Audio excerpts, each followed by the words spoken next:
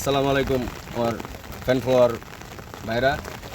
আজকে আপনাদের সাথে শেয়ার করতে আসলাম আমাদের শৈশবে কাটানো দিনগুলো। এই যে দেখছেন পুকুরটা, এই যে বাচ্চারা খেলাধুলা করতেছে, দেখে মনটা অনেক খারাপ লাগতেছে যে এক সময় আমরা ওইভাবে খেলাধুলা করে এই জায়গায় বড় হয়েছি। কিন্তু আর সময়ের পরিপ্রেক্ষিতে মোবাইলের যুগ, সবাই সবার মতো মোবাইল নিয়ে ব্যস্ত, কেউ কারোর মতো বন্ধু বান্ধব নিয়ে একটা খেলাধুলা বা এইসব আমাদের নাই। আমরা অসুস্থ হইতেছি মূলত এই কারণে, আমরা খেলাধুলার মধ্যে না, আমরা মোবাইল নিয়ে সারাদিন বসে থাকি।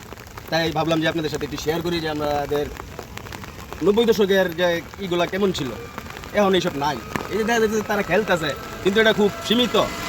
আমরা আমাদের সময়টা গেছে পুরোটাই এইভাবেই। যে বৃষ্টি হচ্ছে দেখে বাসায় বসেছিলাম, এখন মনে হইতেছে যে একটু ঘুরে আসাতে দেখতেছি যে ভাই বেঞ্চেরি তারা খেলাধুলা করতেছে।